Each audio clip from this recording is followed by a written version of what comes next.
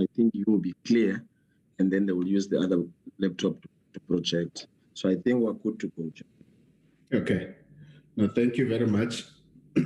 We have received the apology from the minister and the deputy minister, Minister Olomisa, for today's meeting. There's a formal correspondence in that regard. And as such, the department today will be led by the acting commissioner, Mahoti Tobakale. I want to invite you, Tobakale, to lead your team with your remarks and then go ahead with the presentation. We have received presentations in time and the documentation. And so we invite you to take the platform.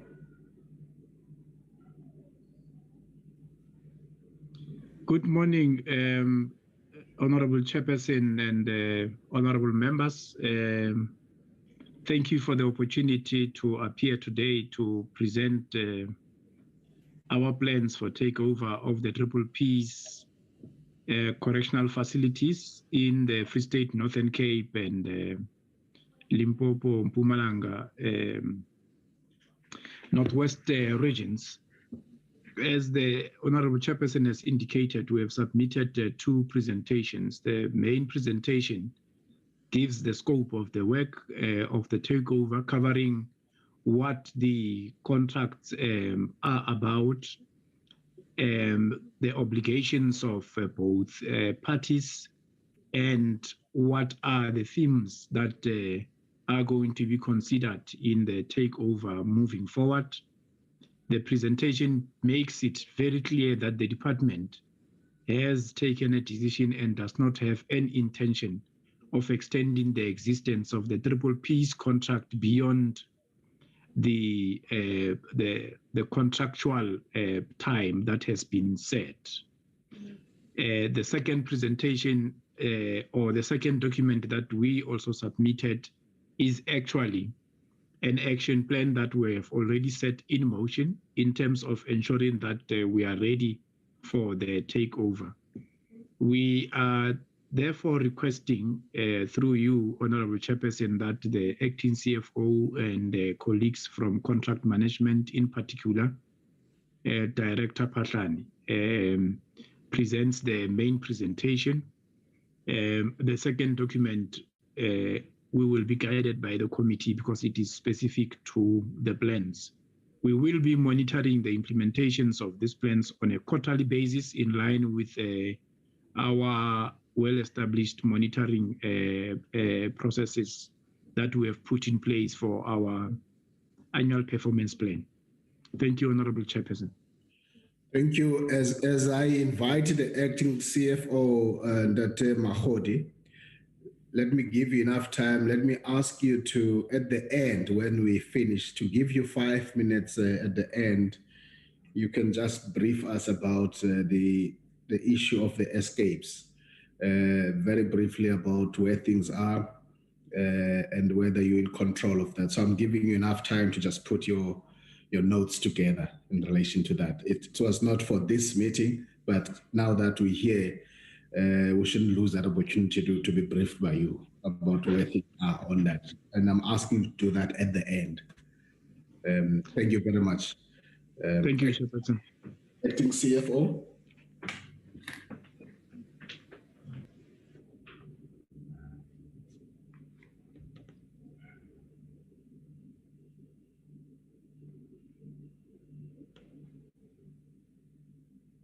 Acting CFO, we are in your hands.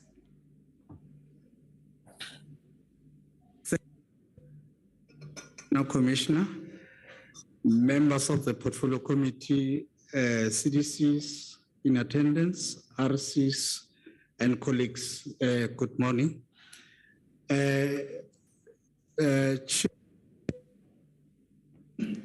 I'm the acting CFO, and I'm also accompanying my colleague who is a specialist in contract management issues. But before I could actually hand over to her just to take us through what our presentation for today, I just want to highlight two presentation reflect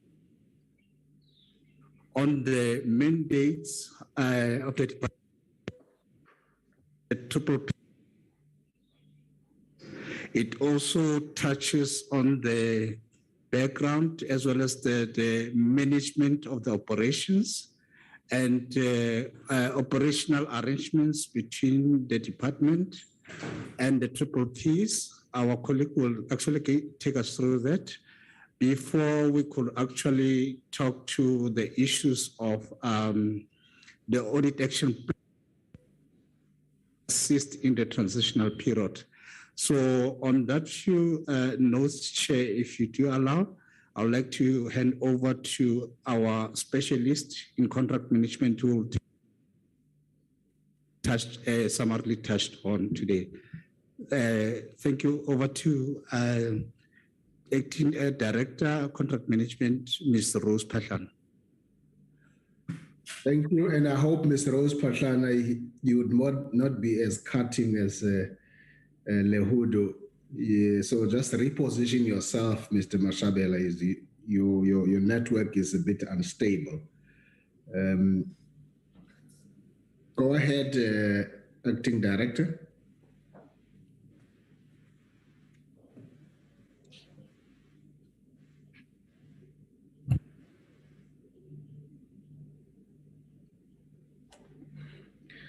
Go ahead.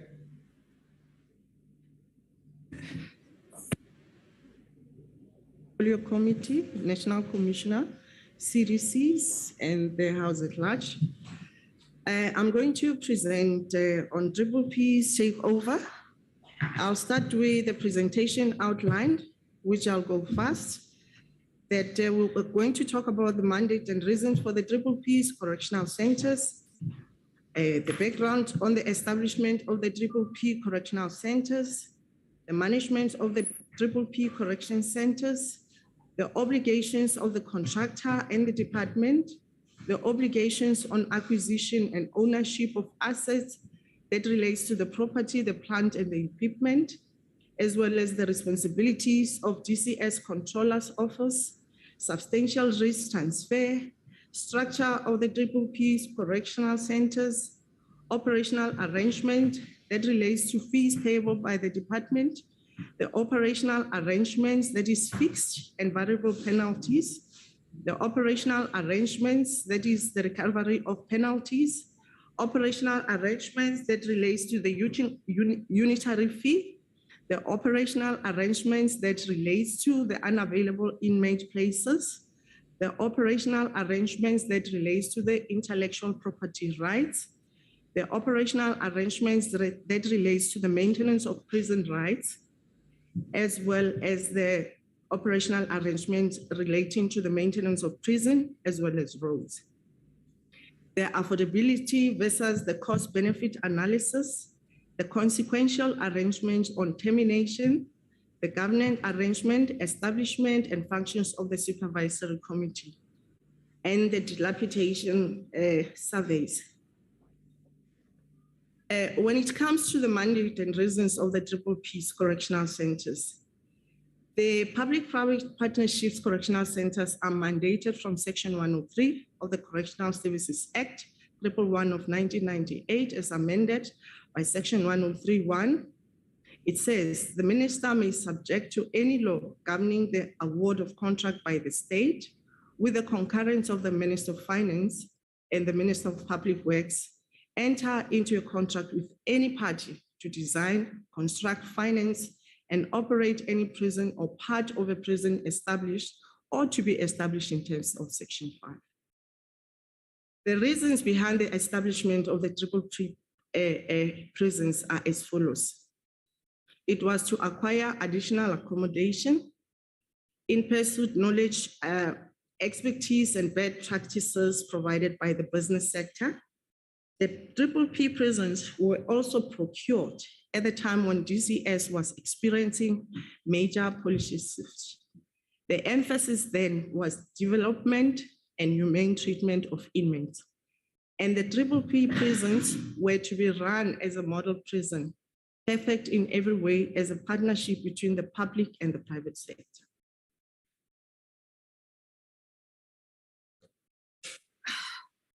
I'm continuing to the slide on the background. The department signed a Triple P agreement with the contractor Bluefontaine Correctional Contracts to design, construct, operate, maintain, and finance of a prison for 2,928 bed spaces just outside Bluefontaine for a contract period of 25 years. The contractor Bluefontaine Correctional Contracts, that is in Mangaung, commenced with operations on the 1st of July 2001 and will end on 30 June 2026. And again, the department signed a second Triple P agreement with the contractor, South African Custodial Services, to design, to construct, operate, maintain, and finance of the prison for 3,024 bed spaces at Makado, that is based in Utrecht, for a period of 25 years. The contractor, South African Custodial Services, which is called SACS, commenced with operation on the 16th of February 2002 and will end on the 15th of February 2027.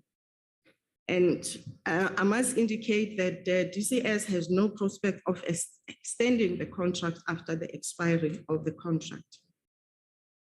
I'm getting to slide 5 that talks about the management of the Triple P correctional centers.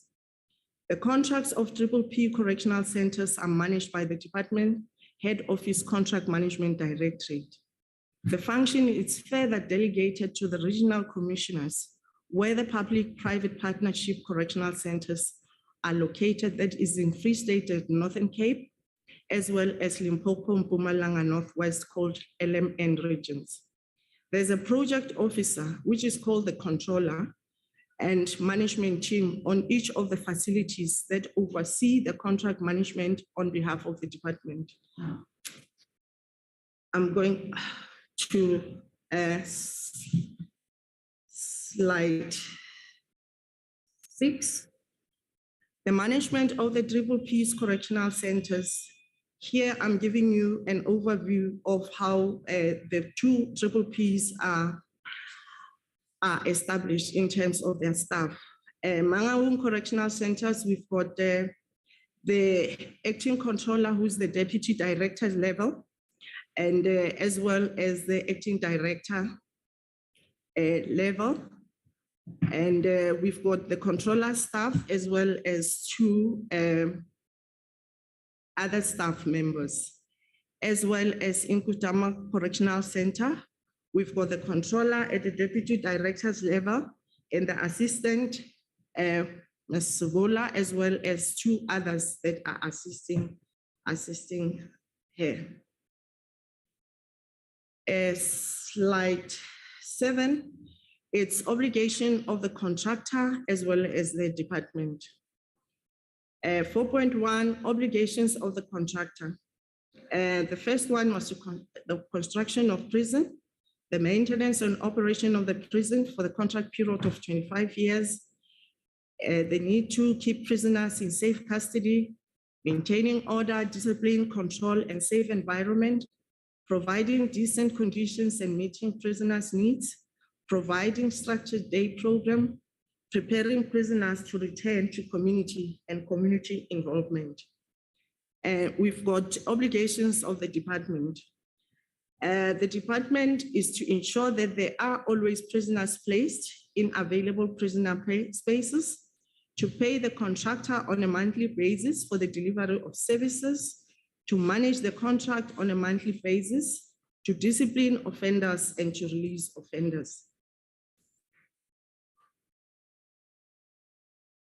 Slide 8, we'll be talking about the obligations on acquisition and ownership of assets. It was to monitor the daily operations at the facility to ensure that the contractor comply with the conditions of the concession contract and schedules, and issuing of observation notices where the contractor is in breach of contract. The original buildings were constructed according to the Department of Correctional Services specification. Any further changes or alterations and additions are to be negotiated and finally to be approved by the department. And all assets, including equipment, become the property of the department after the expiry of the contract period. Like I've mentioned, that we've got the staff that which are called the controllers at the Dribble piece. And here the slide talks about the responsibilities of the DCS Controller's Office.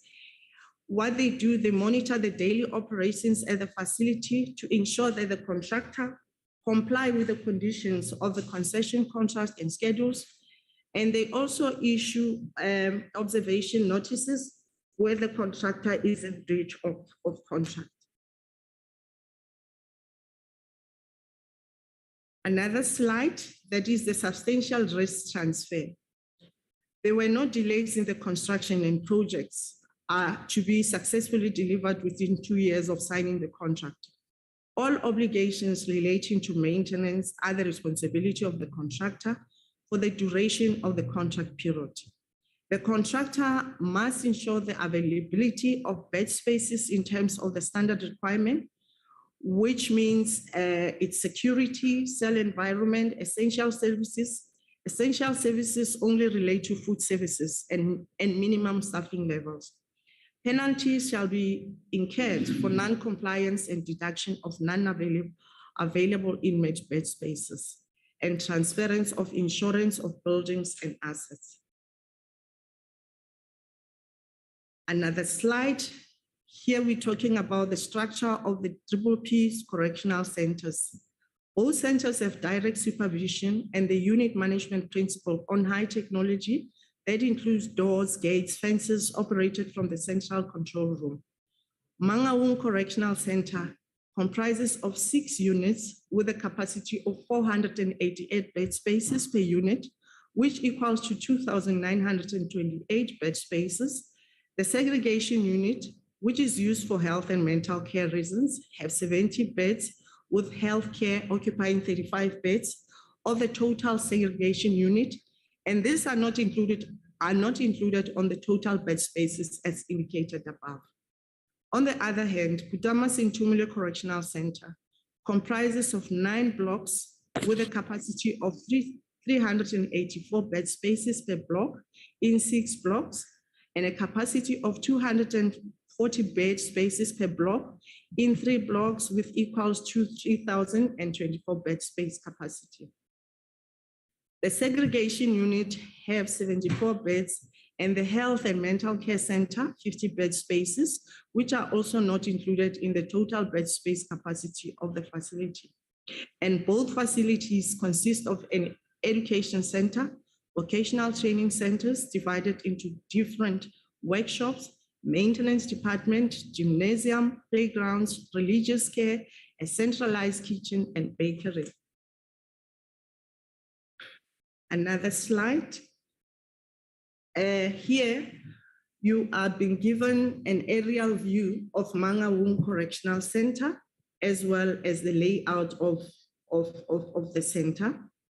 And the aerial view of Kutama Sintumule Correctional Center, as well as the layout.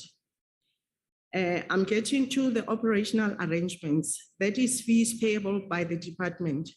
The contract fee is based on the daily available present places. This fee is split into 2 component parts. That is the fixed component, the payment of the building, which at the moment the department has finalized paying the building. The index component, that is the operational cost for each, which is subject to price adjustment in terms of the CPI.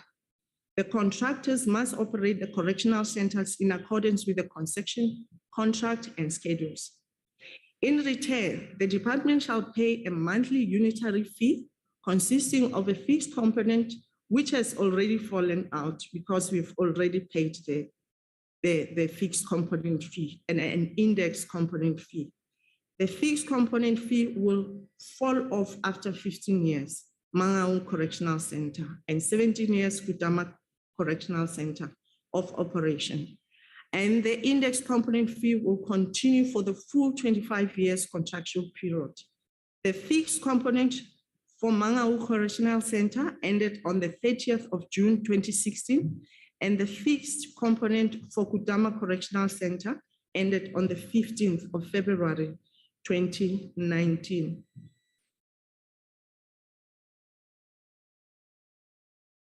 Here, it's a slide that is talking about the operational arrangement when it comes to the fixed and variable penalties.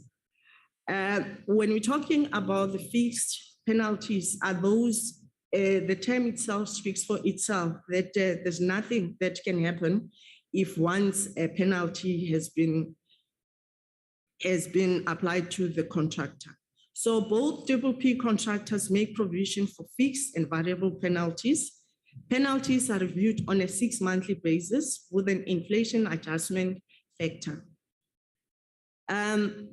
There's a table that describes the penalty description, the current penalty for non-compliance for Mangaung Correctional Center. The MCC stands for Mangaung Correctional Center, and the current penalty for non-compliance for Kudama Sintumule Correctional Center. So when it comes to death, there's a figure there that shows that. The first year, there's a figure. The second year, there's a figure as well. And the fourth and the fifth year. And the variable penalties are based on the schedule. Just like I've explained, there's a contract and it has got schedules. So specifically when it comes to variable penalties, it's on Schedule B, C, and D. That is for non-compliance of those. We're getting to the operational arrangements when it comes to the recovery of penalties. These are the following amounts that were recovered as a result of penalties that was imposed, as well as the deduction of unavailable inmate places since the inception of the P contract. You can see for Mangaung, that is the penalties that was levied, and it was for unavailable inmate places, and there's total money that was recovered by the department. There's also for Kudama Sintumule, the penalties that were levied, as well as unavailable inmate places, and the total amount recovered. Going to the next slide. These are the operational arrangements when it comes to the unitary fee. The unitary fee is split into 2 components and are as follows.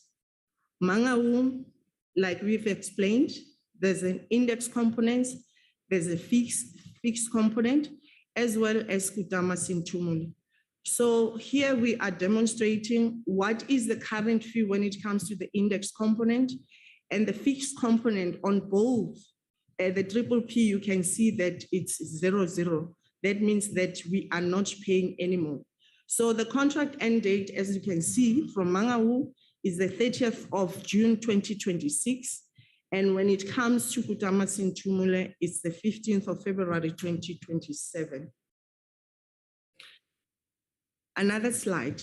It's on operational arrangements that is unavailable inmate places. If the standard requirements in terms of Schedule D are not satisfied by the contractor, then the number of inmate places affected will be regarded as not available and will be deducted from the next invoice. And when we talk about standard requirements, we mean the breach of security, the cell environment, essential services. As I've already explained, that essential services only relates to food services. And we're talking about the minimum staffing levels as well. So the Director Contract Management can take a decision to deduct unavailable inmate places and to request a credit note for the number of places to be deducted from the invoice. The contractor has the right to appeal against such a verdict, and the observation notice or case will then be forwarded to the Supervisory Committee for adjudication.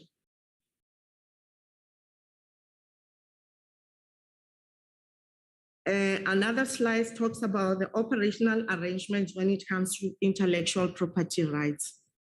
All rights in data, reports, drawings, models, specification, and/or other material produced by or on behalf of the department shall vest in and be the property of the state, and the contractor are hereby granted an irrevocable, non-exclusive, and royalty-free license to use such material for the purposes of the project.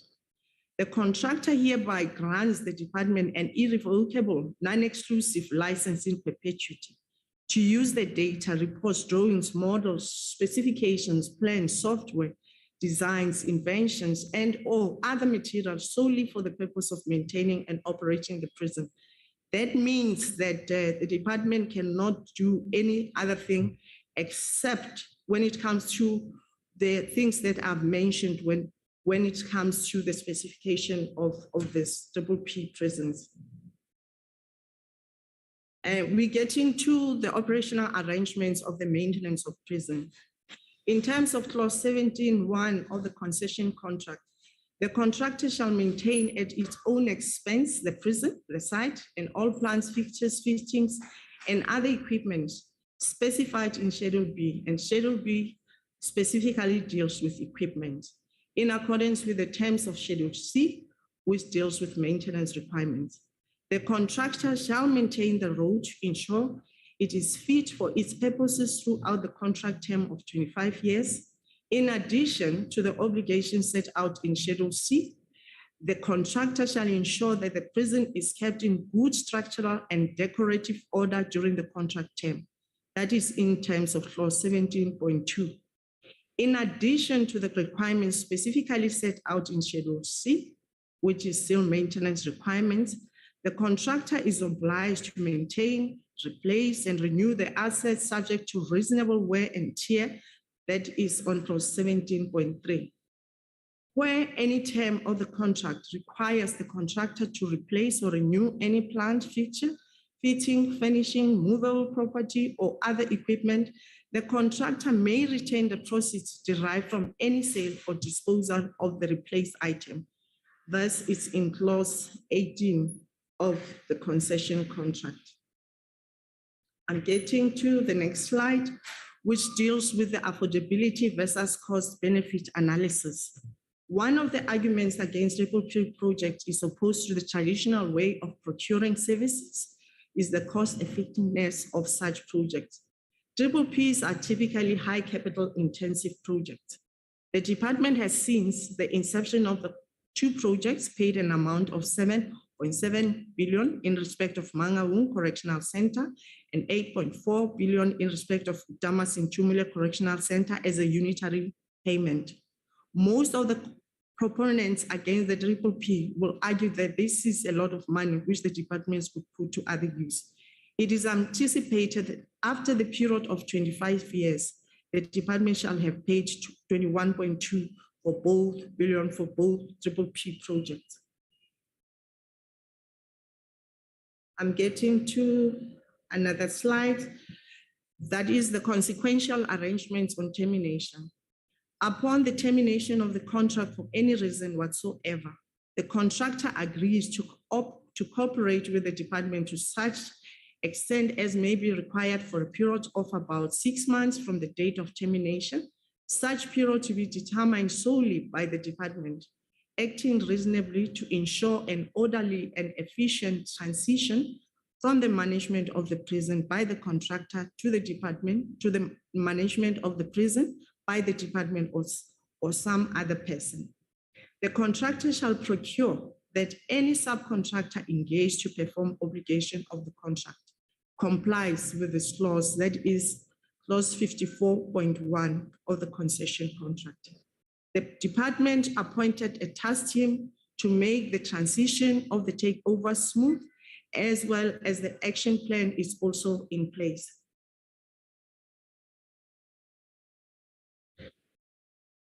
I'm on the slide on governance arrangement, the establishment and function of the Supervisory Committee. Just like I said before, that in terms of non-compliance or breach, there's a body or a committee that has been appointed that sees to it that compliance is implemented. It's called the Supervisory Committee. It is established in terms of Schedule M of the concession contract. The committee is established to rule on whether and to what extent penalties should be imposed for breach of contract by the contractor and undertake the annual review. It comprises of one representative of the Department of Correctional Services, chairperson, and one representative of the Department of Public Works or Ministry of Finance. In our case, we chose the Department of Public Works solely for structural purposes, that they should be able to help us in terms of the facility, that it's in its right condition. And there's also one independent expert for Mangawu, and an independent expert, it's a lawyer for both the triple Ps.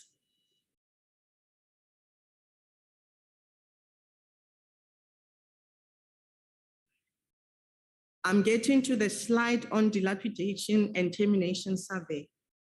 The department conducts a dilapidation survey for the purpose of determining the physical condition and state of maintenance of the prison assets and the road 5 years after the date hereof, and thereafter every 2 years.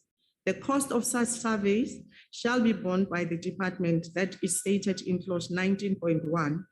Currently, the physical condition of both triple Ps are up to date. 24 months prior to the end of the contract term or following service of a termination, notice after the full operation date, whichever is the earlier, the department shall carry out a final dilapidation survey of the prison in terms of clause 52.1. I thank you. That is the end of the presentation. Thank you very much for that. That's within a 30 minutes presentation. That's welcome.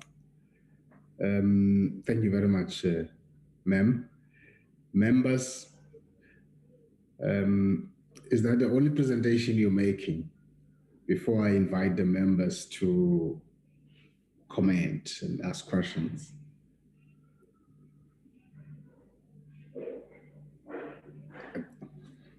It's fine, no response.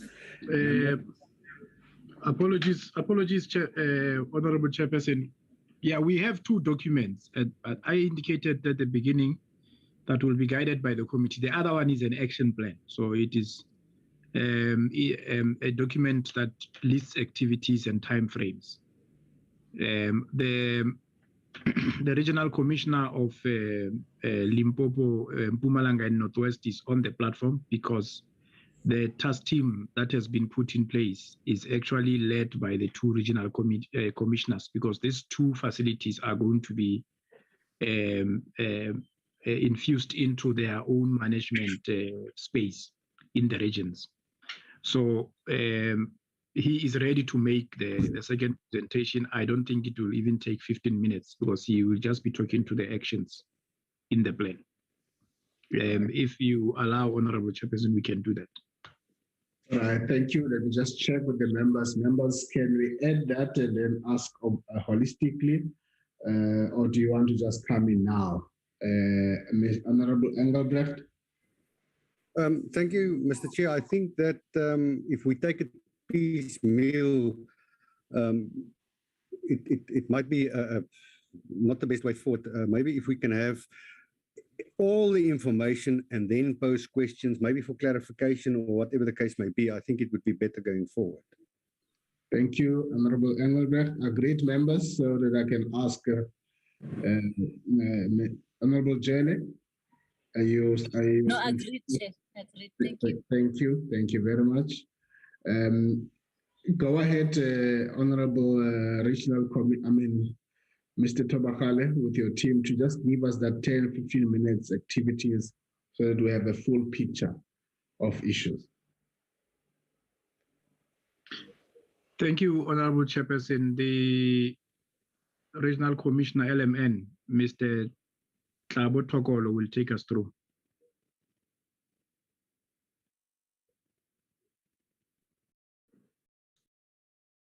Thank you, Acting National Commissioner. Greetings to the Honorable Chairperson, honorable members, members of the Department of Correctional Services. Thank you, Chair, for allowing me an opportunity to present the action plan for the taking over of the Triple P's facilities, that is Mahung and Gudamas in Tumule Correctional Facilities. Can we go down, Andronica?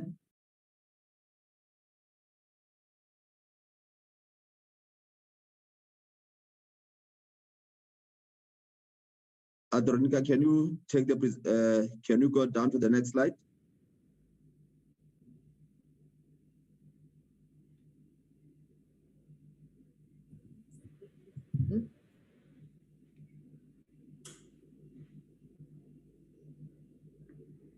Sorry, Chair, we seem to be having a technical glitch on this side.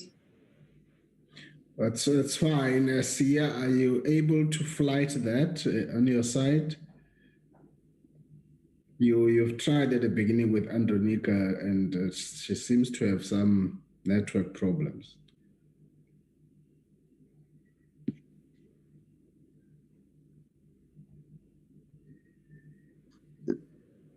Thank you, Honorable Chair. I'm not gonna be dealing with the background. I'll go straight to the action plan.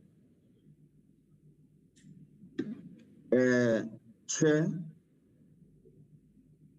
the first activity was the establishment of the taking over structure, and then appointment and set up of taking over teams. That was done by the Acting National Commissioner in November, and the regional commissioners, Free State and Northern Cape, as well as LMN, Limpopo, Mpumalanga, and Northwest, were appointed. I need to indicate, Chair, that there is also a task team within each region. We are also working with Chief Deputy Commissioners at head office for the process of taking over. The second activity, Chair, was the development of an operational takeover plan, initiation and planning meetings, team leaders from Free State and Northern Cape were the responsible people. And then from the 1st of December to the 31st of December 2021, 2 meetings were held. And I must indicate that since then, the task teams is holding meetings every month, and the next meeting will take place in Grootfontein, Free State, Northern Cape, from the 6th to the 10th of April 2022. The understanding of concession contract, Chair, that is the third activity. This will take place between the 31st of April 2022 to the 1st of May 2022, so that all members within the task team should have a better understanding of the contract for the 2 facilities, and the responsibility will be done by the Director of Contract Management.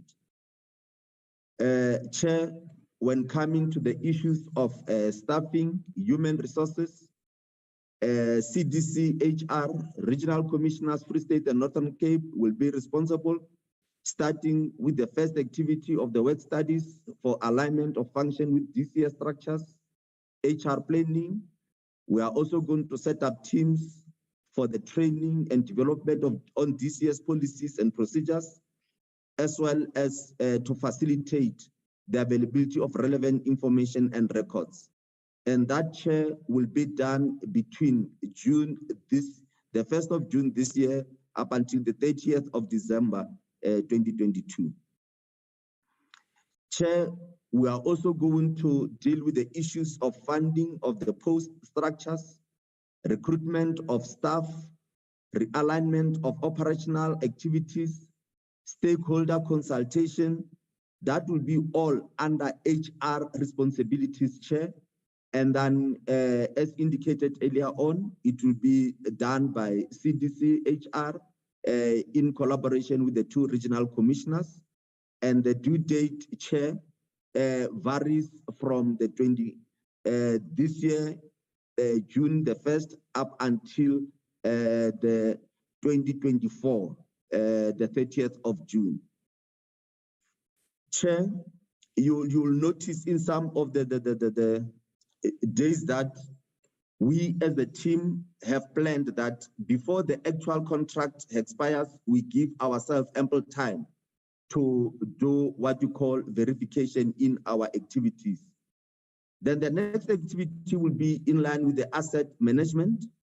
And then with regard to asset management, we are going to do the source and verify the movable asset register of Mangaung Correctional Center as well as Kutama Sintumule.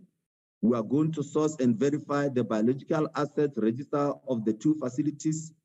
We are going to source and verify the inventory register of the 2 facilities. We are going to be signing off the asset registers. We are going to do the capturing and verification of assets on logis. We are going to be doing the determination of operating budget for the 2 facilities.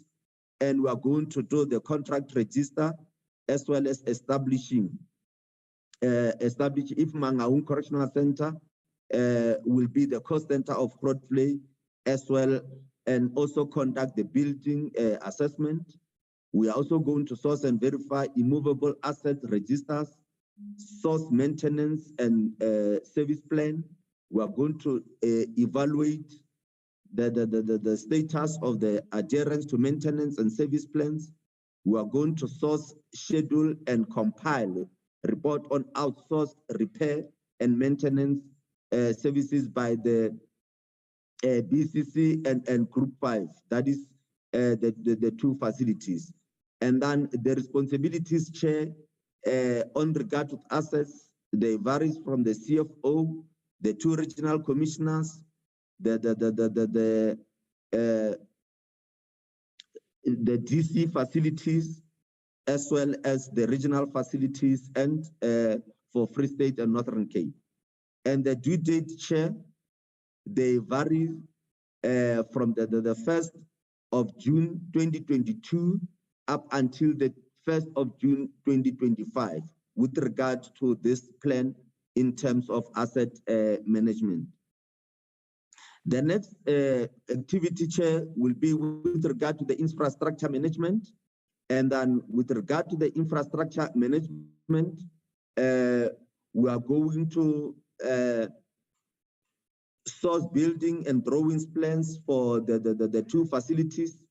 We are going to source manual and material specification. We are going to source detailed design report and construction closeout report. We are going to source service layout plans. We are going to audit and documentation of drawings, buildings plans received. We are going to verify as built drawings against actual installation and report deviations. And then we are also going to change of utility accounts to DCS. We are going to appoint of independent structural engineer to certify all buildings prior occupation. And then we are going to do the transfer of infrastructure assets to Department of Public Works and Infrastructure as custodial of state properties. And Chair, again, with regard to the responsibilities, it varies from the Deputy Commissioner facilities, the regional heads facilities, and the dates, Chair, they varies from the 30th of June 2022 and then up until the 30th of June 2025 in terms of the infrastructure management. Chair, regarding the information technology, which will be our other key deliverables and the activities that will be done under this activity, We are going to perform ICT infrastructure assessment to match and streamline the current activities. We are going to review information technology standards for the alignment of processes and procedures used. We are going to determine the detention criteria, admissions and releases. We are going to do the phasing in of IMS and transfer of data to replace BAS, residential administration system, which is the, and the responsibilities chair will vary from CDC, GITO, regional heads, ITs for the two regions, and as well as the regional commissioners for the two regions. And then chair, the days thereof, they also vary between the 30th of June 2022 to the 30th of June 2025. Then under corrections as our corrections admin as our key deliverables chair, we are going to determine the detention criteria, admission and releases also. We are going, sorry chair, under the corrections admin, we are going to do the management of offender cash, administration of pending fines and bails. We are going to do the safekeeping of warrants. We are going to do the management of offenders clothing storeroom. We are going to do the offenders to be issued with orange departmental uniform for the sentenced one. And then the responsibilities chair again will be CDC incarceration, RC, the two RCs for Limpopo, Mpumalanga Northwest, as well as Free State and Northern Cape. And the dates, chairperson, they varies from the 24th, from the 1st of June 2024 to the 21st, to the 1st of October 2025. Then we move, chair, to the next key deliverables, that is the realignment of unit management. The activity thereof, chair, will be the phasing in of corrections admin functions into the DCS infrastructure. That is the utilization of the G forms, as we are using G forms in the Department of Correctional Services. And the responsibility there, chair, will be varying from the CDC incarceration, as well as RC Free State, Northern Cape, and RC LMN. And then the start date, chair, will be from the 1st of June 2025 to the 1st of June 2025. I think that chair, that is with regard to the functions in terms of the introduction of the G forms. Then provision of healthcare services, chair, as our key deliverables, the activity there will be the assessment will be conducted on the needs of healthcare services, so that to ensure proper takeover of healthcare services. And the people be responsible there will be the regional health development care, as well as the regional coordinator care services. And it's going to start this year, the 1st of June, and up to the 30th of October this year. The next activity, key deliverable, chair, will be the provision of formal education and skills. Again, we are going to do the assessment to conduct the needs of formal education and skills development programs, so to ensure proper takeover of the two facilities. The regional head development care will be the responsible person, as well as the regional coordinators education. And the start date, again, will be from the 1st of June 2022 to the 30th of December 2022. Then we go to the provision of care services as also part of our key deliverable activities, and the activity thereof will be the to conduct assessment to do the assessment on the needs of social work, psychological, as well as spiritual care services on the programs, so as to ensure that there will be a smooth taking over. The responsibility thereof, chair, will be the regional head development care, as well as regional coordinator care services. Again, the due date will be from the 1st of June 2022 to the 30th of October 2022. And the last key activity, Chair, that should be for the deliverables will be the provision of production, workshop, and agricultural services. Again, we are going to conduct an assessment on the needs of the production workshops and as well as agricultural projects, regional head development care, as well as regional coordinator production and workshops will be responsible for this activity. And like the previous activity, it will be starting on the 1st of June 2022, ending on the 30th of June of October 2022.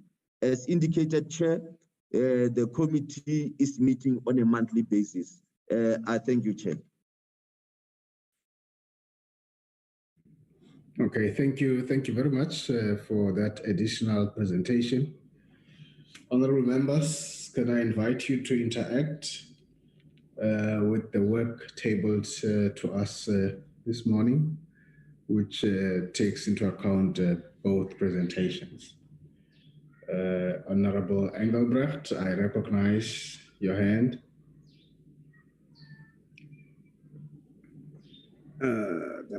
Thank you, Mr. Chair. And I would like to thank the department for giving us this information. My questions relates to, firstly, costs involved, costs for the taxpayer in terms of taking over these private facilities now that the contractual period has come to an end. So I would like to know, has an assessment been done, and do we know what the costs per head in these or taking over these facilities would be in terms of what the costs is now and what the costs will be when the Department of Correctional Services are in charge of those. What is the specific costs involved related to this whole takeover process? What are the contractual obligations for the department, on the department side, in terms, my first set of questions in terms of the costs of this specific facilities. Then I would like to know, in terms of determining effectiveness of these facilities during the past couple of years, look, I don't think that we are comparing apples with apples here. We know our biggest problem in the department is overpopulation. And obviously, in terms of the contractual obligations from the private companies, they were not allowed to engage in overpopulating any of those facilities, which obviously made the cost per head much more expensive, because, I mean, if you have a facility that can house 300 people and you have 500 people there, you know, it's going to have a very big cost implication in making it cheaper. So I think that should be taken into account. I'm also very concerned in terms of addressing the overpopulation problem in our system, because if I go in accordance with questions posed by Honourable Horn last year, it seems that all but one projects have been placed on hold because of budgetary constraints throughout the country. So there's no new beds to house prisoners will be forthcoming in the very near future. And my guess is after the Department of Correctional Services taking over those private facilities, you know, the very same overpopulation problems will be experienced there. I can't see any way that can be, we can get away with that. I would also want to know, since the department made the decision not to extend these contracts or give out new contracts in terms of private facilities. Is this now off the table in the long term? Are we not going to consider this again? Look, I agree with the assessment that it was probably not in the best interest to have private facilities take care of maximum security facilities instead of minimum security facilities, where, you know, I think the effectiveness of their rehabilitation programs would have been far more advantageous for the country as a whole. But that being aside, I just would like to know if we are not thinking of, given the successes that these institutions achieved over the last number of years, is it not worth considering to rethink our stance on private facilities in terms of correctional services? I also know that the current budget and in all probability future budgets will be cut, making it extremely difficult for our officials to fulfill their duties. I think it's an extremely difficult environment to operate under, and not even mentioning the effects that the whole sad Busasa incident in the department had, and the effects it has on the department. Now that will be dealt with going forward, but I think it is massively destabilizing for the department in itself, and I don't want to set our good people up for failure going forward. I just think that we need to rethink this. Thank you very much, Mr. Chair. Thank you, Honorable Engelbrecht. Honorable Namatemba Maseko Jele. Thank you very much, Chair. Chairperson, I will only have two clarity, if not three. The first one is that the status in which we are taking these facilities, yes, we are being reported that it is in a very best status, and now we are about to incorporate them back to the department. I want to know in terms of the maintenance, because I could see that the department is saying they've come up with the plans in order to cover all those. But if I'm not mistaken, it is the Department of Public Works that is taking care of our facilities when it comes to issues of maintenance. If maybe, Chairperson, I'm correct, I want to find out from the department if they have, in their plans, have they consulted with the also the Department of Public Works in making arrangement and making them aware in terms of the magnitude of the work that they are going to be facing themselves when we bring back these triple Ps. That is the first one, Chair. The second one is about we hear that there is no, in terms of the corruption issues, the triple Ps, there wasn't any issues of corruptions that were reported from their side. I want to know what is it that the department they have learned or that they are going to take from how these public triple Ps have been managed in terms of making sure that there are security. We know that security, it has been an issue from our side. But what is it that we have learned that we can take from those triple Ps? And then the last one is about the HR, the people that has been working in those triple Ps. Are we bringing those people to us? Because as I'm listening now, the presentation does not tell us that they are going to add personnels when it comes to the people that are going to be managing that. I'm not sure if maybe I missed that one. but it looks like to me we are going to use the same people that we are using now in terms of the personnels, unless maybe I didn't get that one, Chair. So I'm sure that will be the last one. Thank you very much, Chair. Thank you, Honorable Jale. Can I then, with no other hand, ask the ANC Acting National Commissioner and your team to respond? Thank you, Honorable Chairperson and members, honorable members, for the questions and the inputs.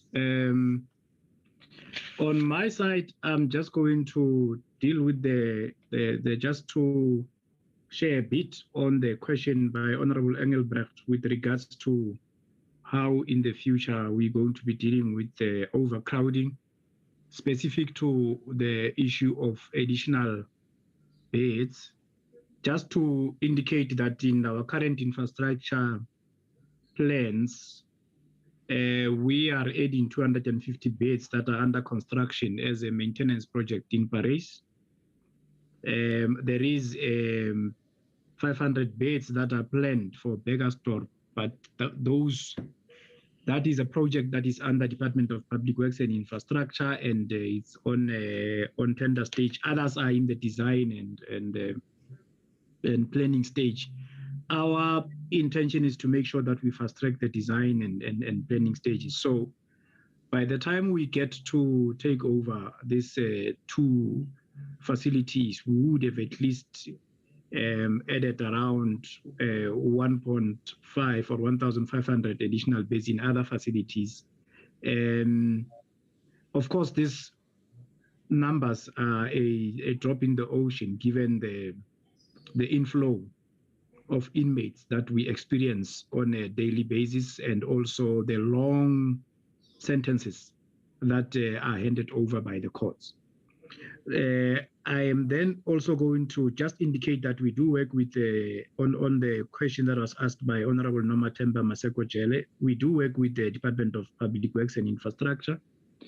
They are part of the current supervisory team that is very much an integral part of the structures that are going to be handling the takeover. So Public Works has been involved from the constitution of the contracts to now operating them, and they will also then be involved even beyond the takeover process. Of course, that is subject to us improving how we work with the Department of Public Works with regards to our infrastructure portfolio. The lessons learned from the triple Ps, I want to indicate that that's a very welcomed input. We will make it a point that we actually include that in the action plan as a separate activity, where we will even get a team from the department to do that right up. We will rope in Treasury, because Treasury has worked a lot with regards to constituting triple Ps. There are other issues that were raised, Honorable Chairperson. I'm going to request that the members of the team from Correctional Services deal with those specifics. Thank you, Honorable Chairperson. Thank you. Can the team add?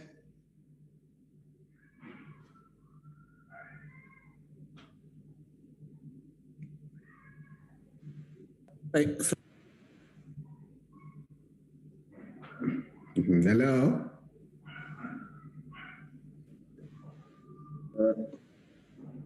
Hello. Thank you, Chair. This is Togolo again, the Regional Commissioner for Limpopo, Mpumalanga and Northwest region. I just want to add on the question of staffing, as asked by Honorable Noma Themba Jele. In our action plan under HR, we have also included the activity, the key deliverable activity on recruitment. This recruitment will include, among others, the consideration of the current staff at the two facilities. So we are going to definitely include them. And then additionally, there should be also some advertisement of positions, and we are also going to consider the learnership programs. So that aspect has been taken care of, Chair. I thank you. Okay, thank you. Any other addition? Yes, sir. Good morning, Honorable Chairperson, Acting National Commissioner, honorable members of the committee, CDC Human Resource. Just to add, in responding to Honorable Maseko on the issues of how we are going to do the transaction, we are going to prepare a migration and placement as part of the strategy, negotiating in terms of salaries levels, because we have got different salary levels, and migrating them to our structure that will involve consultations in terms of labor and also the affected officials.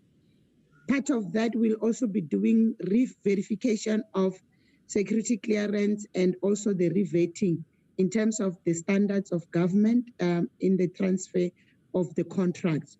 It's just to add on top of the plan that we have submitted for the job evaluations and so on. I thank you, Honorable Chairperson. Thank you. Okay, thank you. If there's no further addition, can I ask if there's any follow-up from members? Any follow-up on your issues you've raised? Honorable Engelbrecht?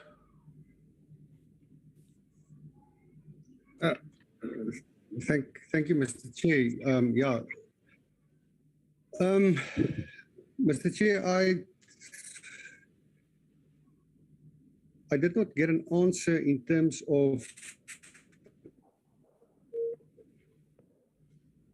the costs involved. What will I understand if people don't have the figures in front of them, but then I mean, I would be more than happy if that could be communicated at some point, maybe even in writing, it would be fine.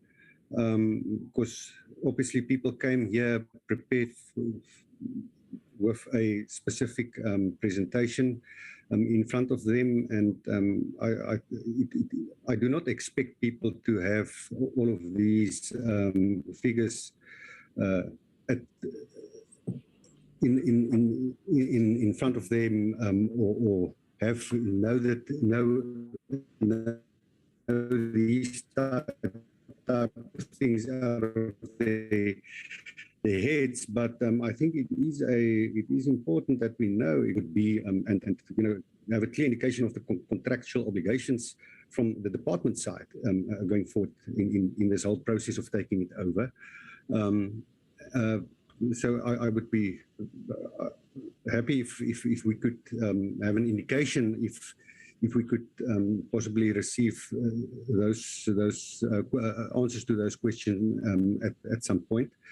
And then, look, I know probably the officials will not be in a position or maybe even feel comfortable to discuss the other stuff, but I mean, I have appreciation for the way that things work. You know, a decision has been taken, and for them, they need to make sure that it is executed. So, but maybe we could have a discussion at some stage about extending or maybe rethinking the use of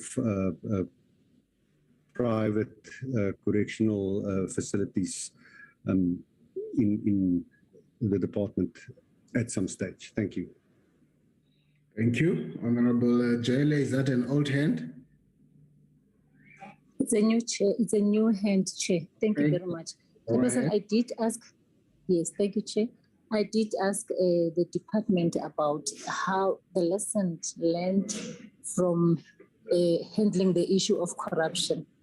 I'm saying because, Chairperson, we have been given there's a report, in fact, that tells us that those facilities were well managed. I think they have a certain way of dealing with issues of consequence management. I wanted to find out from the department, I didn't hear that, how are they going to deal with the issues of corruption? You know that there's a lot of reports in line with the issues of the corruptions within the facilities that we've been getting. So I didn't hear their views on that one. But if they cannot answer on that one, maybe, Chair, you can guide us. Thank you, Chair. All right, thank you. Quick responses to that, Tobakal and your team. No, thank you, Honorable Chairperson and members. Let me just apologize for the answers not provided to the questions asked earlier on. Yes, we did prepare for the meeting, and some of the issues we can be able to provide information after the meeting. But on the issue of cost per head, the current comparison on a daily basis per capita, looking at all the costs of housing an inmate and the activities that they get involved in as part of corrections and rehabilitation. On average, in both facilities, is 435. That's the tentative figure that we have. And in our own facilities, it's around 388. That's the tentative figure that we have, but we are still firming up these figures. As honorable members will notice that the first 12 months or first 6 months of the action plan are more on firming up the information, so that when we move on now to take over activities, we are very clear about the information that we are working on.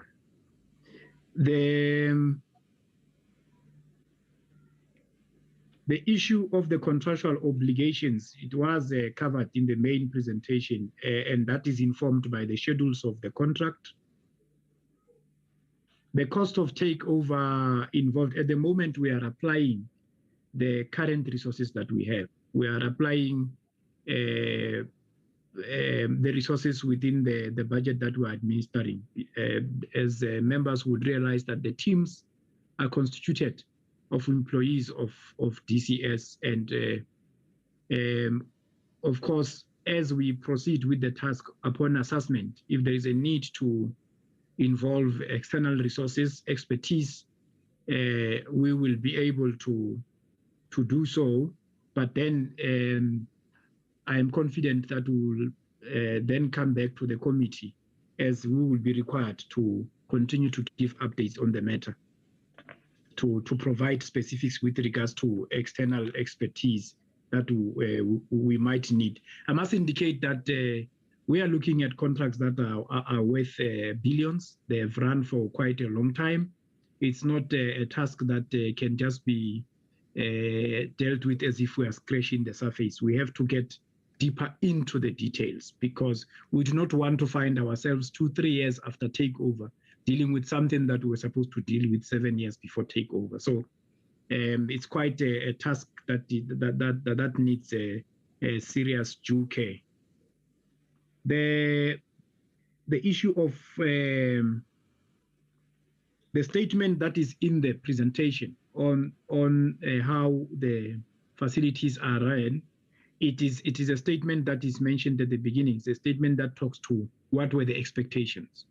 That now that we are combining the expertise from the private sector and the public sector, we're expecting institutions that would run more efficiently, more effectively, and economically.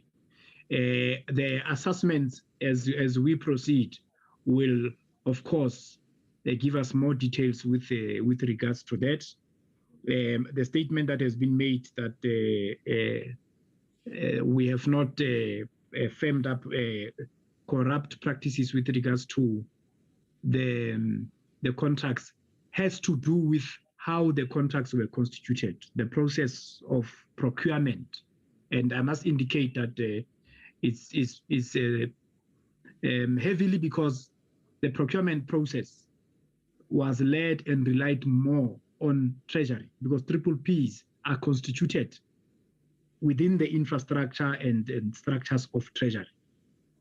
So that statement, one reads it in the context of the procurement process. There are management issues that we do find and we deal with in line with the regime that the first presentation outlined with regards to the fines and the disciplinary processes that will then put in place when we find such. So I must indicate, Honorable Chairperson, that yes, both contracts do have the same problems that we also experience in our own facilities. That is in the nature of the business of corrections. But we deal with those within the stipulations of contract. So yeah, I think that's what can one provide so far. If there are specifics that we then need in terms of categories of management problems and how we have dealt with them, we can provide that as information just to support the presentation and the answers that we are giving to the meeting today. That's where I will end, Honorable Chairperson. If there's any addition that members can do from DCS, I will request that we give them an opportunity, but I think I've covered all of them. Thank you, Honorable Chairperson. Thank you. Thank you, Dr. Tobachale. I hope members that covers you on your questions and follow-ups you ask. Maybe just two issues. Just one straight question to you, Acting Commissioner. If you're able to say that to us today, are they now, these triple Ps, are they now model prisons as was hoped at the beginning, as we're about to take over? Are we taking over model prisons or correctional centers? Are you able to respond to that?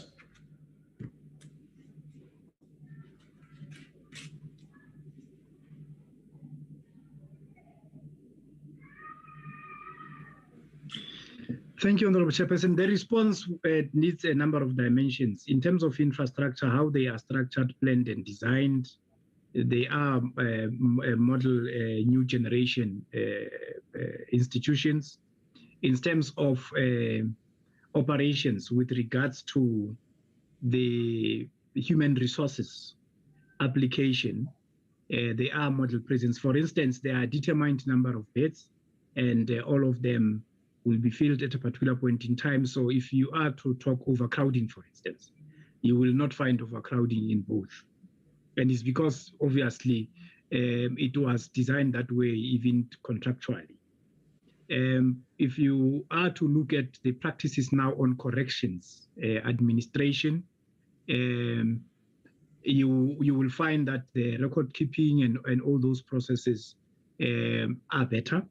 But now, then comes the clinical issues, the offender complaints, offender support.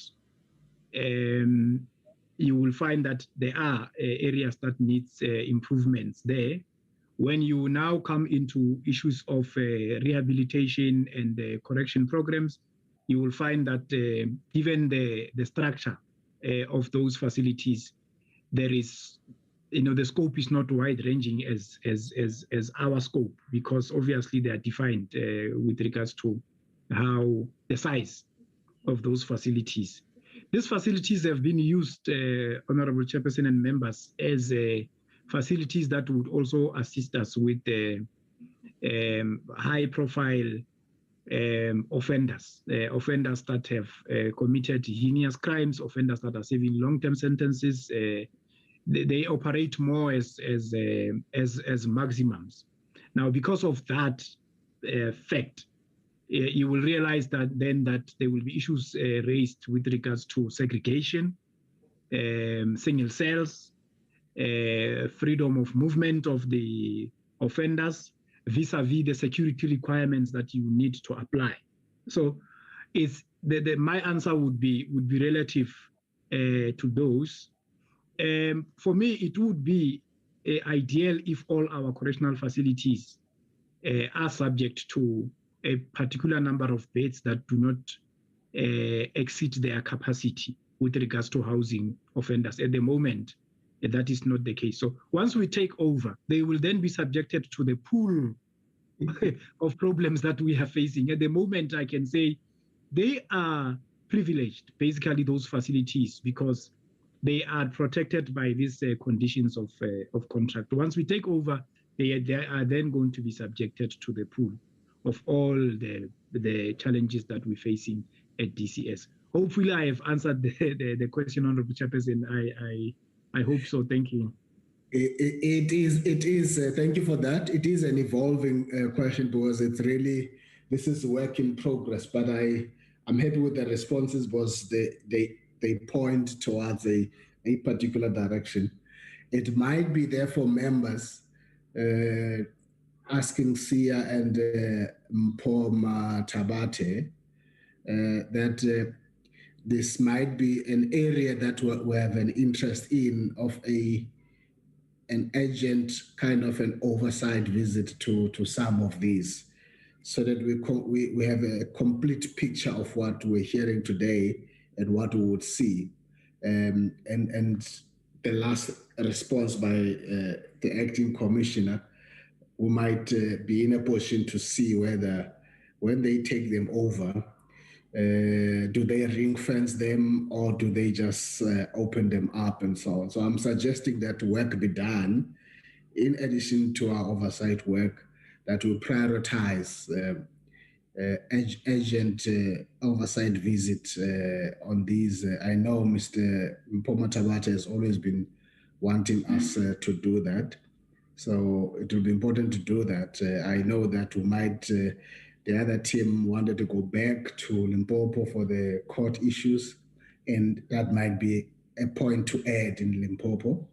And then you can have the other team in the Northern Cape and Free State attending to that. It's just generating some interest. Can we proceed from there on this? And I think that we've covered the issues that came from the presentation. And maybe at this point to just ask you, Acting National Commissioner, if you would want to just in 3-5 minutes just to give us heads up. It's more about heads up about the issues of the escapes. Thank you.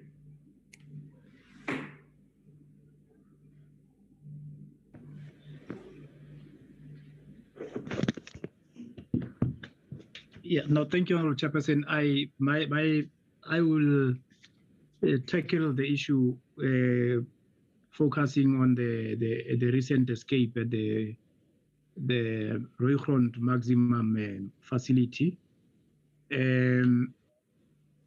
I thought I will use my time just to deal with the briefing on two aspects. The first aspect being what kind of a facility do we have there? And then the second aspect being the investigations quickly. The escape happened on the 15th of March. It is estimated that it happened overnight in the early hours of the morning. It is 4 offenders that escaped. They were housed in unit 1. In the cell of these offenders, there were 39 offenders on lockup, and on unlock the following day, they were then 35. 4 of them escaped. It is a matter that is already also in the public space. The pictures have been circulated and the names, but it's worth mentioning that these are offenders that committed crimes ranging from housebreaking, this theft, also possession of firearm, assault. So basically, these are offenders that we have classified as maximum. 2 of the offenders are of Mozambican nationality, and 2 of the offenders are South African. The unit 1, where they escaped from, houses offenders that we classified as further charges offenders. Basically, they still have other outstanding cases that they're going to court for. It also was in a process of reform, because most of these ones that are serving long-term sentences, we try and get them into our schooling programs. So we have some of the offenders that go to school there.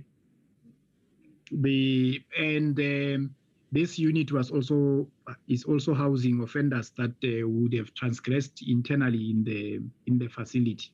So it was what we would call a high care unit in terms of the population profile. The facility itself houses 897 maximum classified offenders, the Rooigrond facility. And in the unit itself, Unit 1, we actually have 174 offenders. The staff complement of Rooigrond itself is around 133, and that includes even other categories of the staff. That is your nurses, your psychologists. It does not only talk to security officials. On the night in question, we had 7 officials on duty for the whole facility. We had 1 official on a patrol vehicle of the perimeter, outside perimeter fence and the surrounding. We also had 1 official in charge of the unit, and the same official also was booked to also do a patrol of Unit 2. Now, I'm painting this picture, Honorable Chairperson, just for the Portfolio Committee to see also how the shortage of staff and the budget cuts on COE affects our operations. This is the strength that we could deploy on that night, of course, given the fact that there are other HR eventualities, like people would book in sick and all that. The investigation the preliminary investigation has pointed to the following, that we now are subjecting to a full investigation. The issue of cell inspections. Every day on unlock, we're supposed to get all offenders out of the cell and inspect the cells. This is meant to make sure that you do not have unwanted or illegal objects and substances in the cell. Objects are normally used to initiate escapes and other security incidents. The cell inspections also are done on the outside with regards to testing the strength of the windows and the bars before changeover of the day shift to the night shift. We're also looking at the response of the official that was on patrol on the night, during the night, because the official found a rope close to the perimeter fence and submitted the rope. But the issue for us is what kind of security response was applied, because at that time, we expected more than just submitting the rope. But as I'm saying, we are subjecting this to the full investigation. We're also looking into the issue of the unit management itself, how the unit manager approached the duties and application of staff, and not only isolating it to the incident, but to the whole unit management processes. There is also an issue of the monitoring of external contractors. At the back of the cell, where the offenders got out through the window, there is a boiler plant there. There is boiler maintenance that is done by an external contractor, through Department of Public Works. They sometimes also work at night. Next to that, also there's a power plant that was under maintenance during just a few weeks, and even during the week this week, they are still there when the offenders escaped. The full investigation that we employ now, we have changed the approach. Normally, what used to happen is that DCS would look at the incident. What we are looking at now with the incidents that we're experiencing, we now look at the whole management of the facility. The intention being that we don't want to deal with the symptom. We want to make it a point that we stabilize the facility moving forward. And we are looking at the management practices, the resources. For instance, out of the preliminary investigation, the issue of the tower posts was raised sharply, regardless of the fact that from the Office of the Acting National Commissioner, we gave all the regional commissioners an instruction to revive tower posts, because tower posts give us more visibility and they cover a wide range, even to the extent that is more than what a patrol would do. We gave regional commissioners that instruction with also a pledge of support with regards to resources to refurbish the tower posts, because it is one of the issues that was picked up early in October in terms of improvement of our security. That instruction went hand in hand with an instruction on the inspection of cells and the intensifying the searches in our facilities. So the offenders got out through a window, they cut through the bars, and then they scaled the fence, and they then left the facility. We have the preliminary investigation, as I've indicated, and we are now sanctioning a full investigation that will be headed by the acting chief security officer from head office. And just the last point, Honorable Chairperson, once we have this type of an incident taking place in a facility, we apply the whole management of DCS. So we are going to be spending at least a week to look at the whole management area and what are we going to do to improve the operations there. But the issue of shortage of staff with regards to resources has been flagged also quite seriously, because I had a meeting with the staff, and one of the things that they indicated is that some of them end up doing double and 3 shifts. So we are going to be trying to see how we can resolve those problems given the limitations of budget that we have. Of course, there will be consequence management based on the outcomes of the investigation report. We are working with SAPS. There's a task team that has been set up to trace and hopefully rearrest these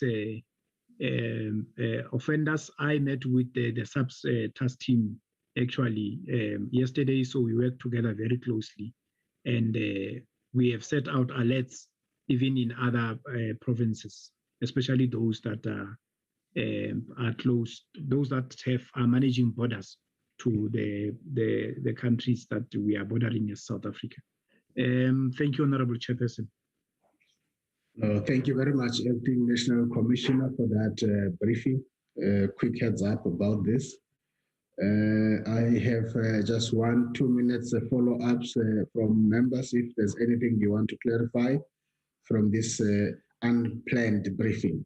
It's an impromptu briefing, but we're exploiting the fact that we are all in one session so that we leave here being briefed than just reading in the media. Any questions or clarity members want, or are you covered with this quick briefing about the things that would have been in your mind? Honorable Nomaseko Jelly. Thank you, Chairperson. This, Chairperson, just to make it point, it's very embarrassing.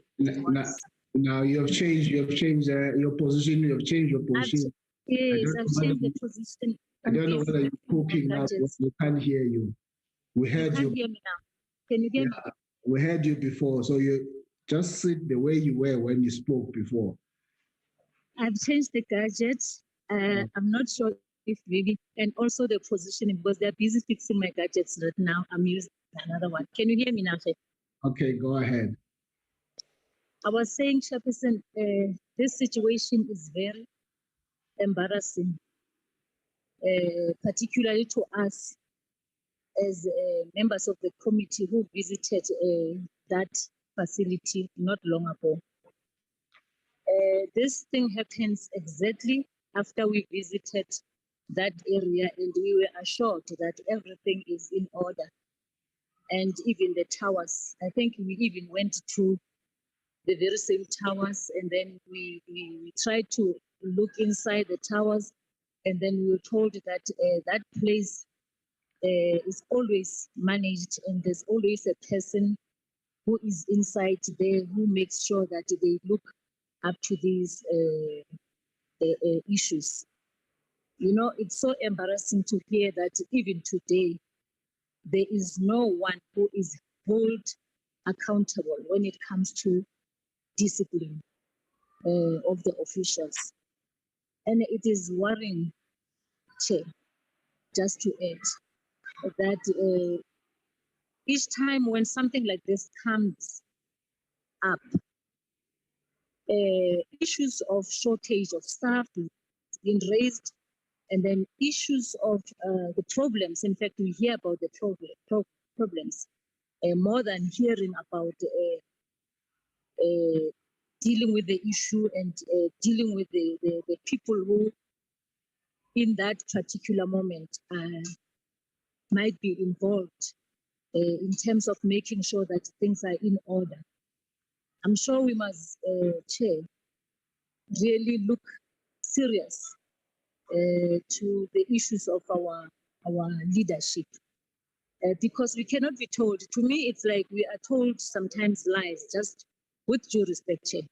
We are told lies when we visit these areas, because it can't be that after we have left, we hear about such a very huge escape of 4 prisoners or inmates. It's very embarrassing, worrying. Thank you, Chairperson. Okay, thank you. If there's no other comments, I'll ask if there's a quick response to that from your team, Acting Commissioner, from yourself. Yes, thank you, Honorable Chairperson, and also let me thank Honorable Maseko Jele for the comments that have been raised. We have also, as management, the DCS, really categorized this unfortunate incident as embarrassing, because we were not looking up to this. We did not think that we would be addressing such an issue, given, as I have already indicated, the instructions and the very clear pledge of support to all our regional commissioners with regards to security enforcement activities. I have spoken to the issue of the towers. I have spoken to the issues that have to do with making it a point that we are sure about the state of our cells on a daily basis. So, on the question of consequence management, I received the preliminary investigation report last night. So there is going to be action, as I have indicated, Honorable Chairperson, already. I have gone to the institution myself, done inspections and interacted with management, with the regional commissioner being present.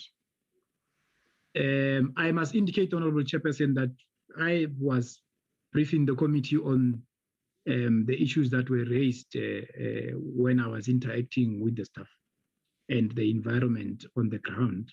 And the issue of shortage of staff came up, and I could not have not briefed the portfolio committee on that as one of the issues that has been raised. I don't take it as an excuse for not doing the basics. The basics will always have to be applied wherever we are as correctional services officials and public servants, whether there's shortage of staff or not. At a particular point in time, you are given a specific post to man. And at that time, you have to man that post. You have to 100% apply yourselves to manning that post at that point in time. And that's what we are going to hold our members to. And that's what we strive to improve on. So the issue of the associate of staff was not raised as an excuse. It was raised as part of the update with regards to what one found obtaining on the ground. Thank you for the opportunity, Honorable Chairperson. No, thank you very much. We will engage with that further. I think it was important that we do that today. So we'll relook at that and then at some point come back just to have a holistic approach. You have raised quite a number of issues that are forward-looking in your approach on these issues of escapees, issues of towers and so on. So at some point, we might ask you to come back, not because there would have been an incident, to just brief the committee as to the readiness, the preparedness, the plans in place to be proactive on issues of escape. In your APPs, you always plan that there's a certain percentage, and sometimes you achieve some of those targets. We will look forward to engage further. Today, we'll just kind of hijack you to give us heads up. And so I think from the points that Honorable Nomaseko Jele made, we will continue to engage on those issues so that we follow up on many of them. Before we go to our internal minutes issues, allow me to thank you, Acting National Commissioner and your team, for your presentation and responses to the question, as well as you taking with you some of the homework and the task that you probably could not answer in full here. And you've tried your best even on issues of cost. So you might want to do more homework on those issues as raised by Honorable Engelbrecht. But we got the gist of what you are presenting here. So thank you very much to you and your team. Thank you, Honorable Chairperson. Thank you. Sia, can we have our sets of minutes as our last item?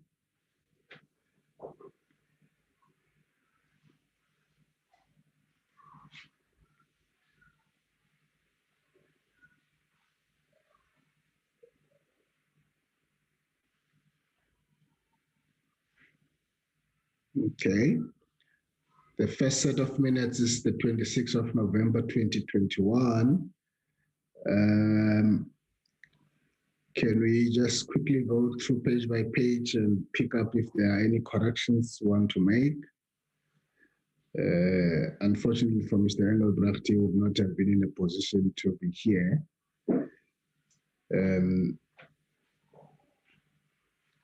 Next page.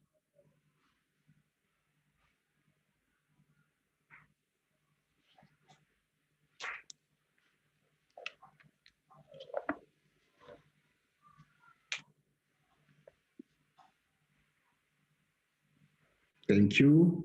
No corrections. Is there a mover for the adoption of the minutes?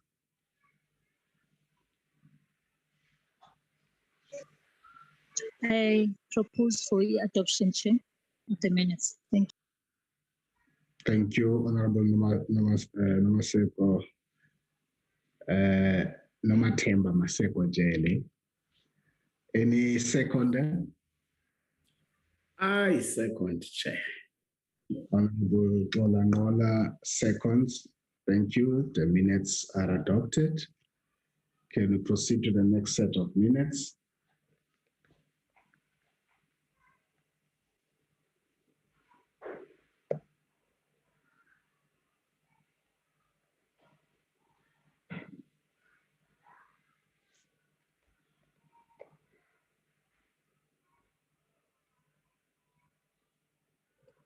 The second set of minutes is on the 4th of March, 2022. Those members present, let's proceed. Sorry, Chair, my apologies, Chair, quickly. I think I must have mistaken the dates here. I think this is the last week's minutes, Chair, 11th. The other set is last week. Not the 4th, not the 4th March. So you need to change the date. It's not the 4th, but the minutes are of that. I have this the correct set, Chair. I'll flight them. Okay, thank you.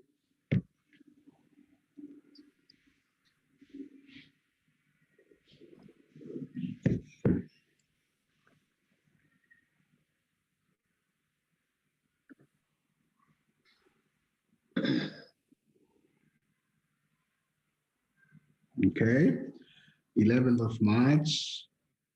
Can we go down for the corrections? We now see who was present in the meeting.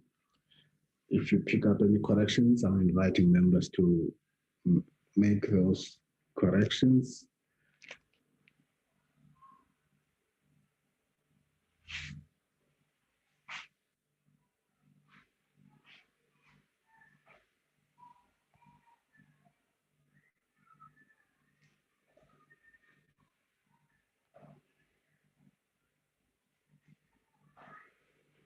Thank you. Any corrections, amendments? None. Do I have a mover for the minutes? I move for the adoption. Yes. Honorable Elbrecht moves. Any seconder? Any seconder for the minutes? Seconded. Thank you, Honorable Golangola. The minutes have been seconded. The minutes have been duly adopted. Thank you. Sia, is that the last set of minutes? No, Chair, can just get 2 minutes just to get hold of the minutes because I must have mistaken the dates quickly, Chair. The meeting of the state patients. There were 3 sets of minutes, yeah. Yes, no, I've sent one set twice, Chair. The meeting of the state patients. I will flight it just now, Chair. Okay. Just 2 minutes, my apologies.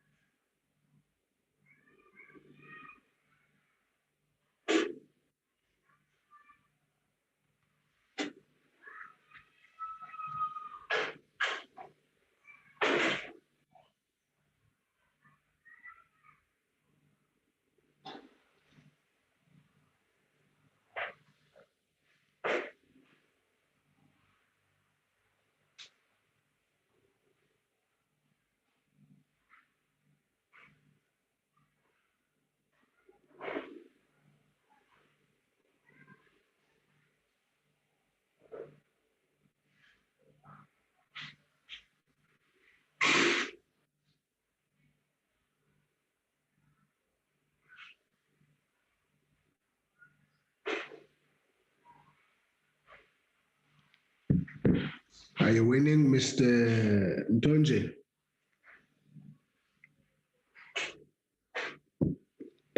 My apologies. Can we do the next in our next meeting, one of the 4th, together with this one? I then have them, Chair. Okay. I just have mistaken some dates here. Technology is dealing with. My apologies. Yeah, there's a mess up here. Honorable members, We have adopted the 2 sets of minutes. We have one outstanding. Are you okay that we do it in our next meeting? Chair. Yes, Honorable Nomatemba Maseko Jele. Yes, I agree. Let's move that to the next meeting. But also we still from those minutes of the state patient, we still have information outstanding, Chair. If we can next time also, they can tell us. Remember, there are things that they said they're going to bring the information later. So if you can also make a follow-up on that one. Thank you, Chair. All right, no, thank you, because those are the minutes that are outstanding. So they can do the homework in the meantime. Thank you for that. Thank you, honorable members, for your time and attendance to the meeting, as well as your contributions. It's now 11:20. I now call the meeting, declare the meeting closed. Thank you very much. Thank you, Chair. Thank you now. Thank you, Chair. Have a good long weekend. Ja, baie dankie. Goeie naweek. Is 'n lang naweek, hè? Yeah, more time to work. Thank you. I see that Werner Horn, hy het net geklok en hy doen niks vandag hier. Ek sien hom. Yeah, you know, politicians, if there's a public holiday, it means work. Ek watch hom. Thank you. Right, bye-bye. No, kulungile sir. Manje ndiya ku meeting ye delegates nami. Sure. Sharp.